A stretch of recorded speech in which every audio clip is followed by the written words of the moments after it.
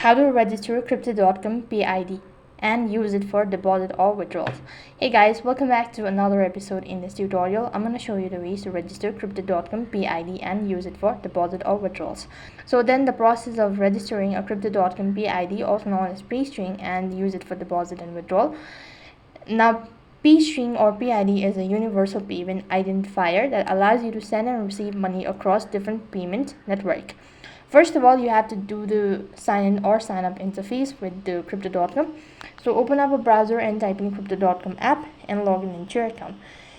Next, you need to go and log in into your settings or account section of the app and then look for the PayID or PayString section.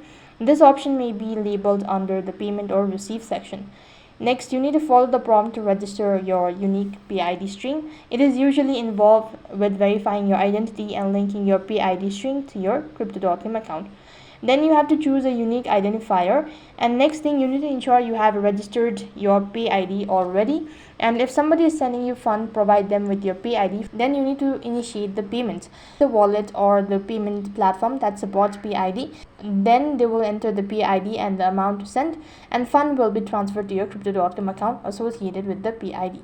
As per the withdrawal, open your crypto.com app or go to the website and click on the withdrawal section. Select the option to withdraw by your PID or string and enter the recipient details.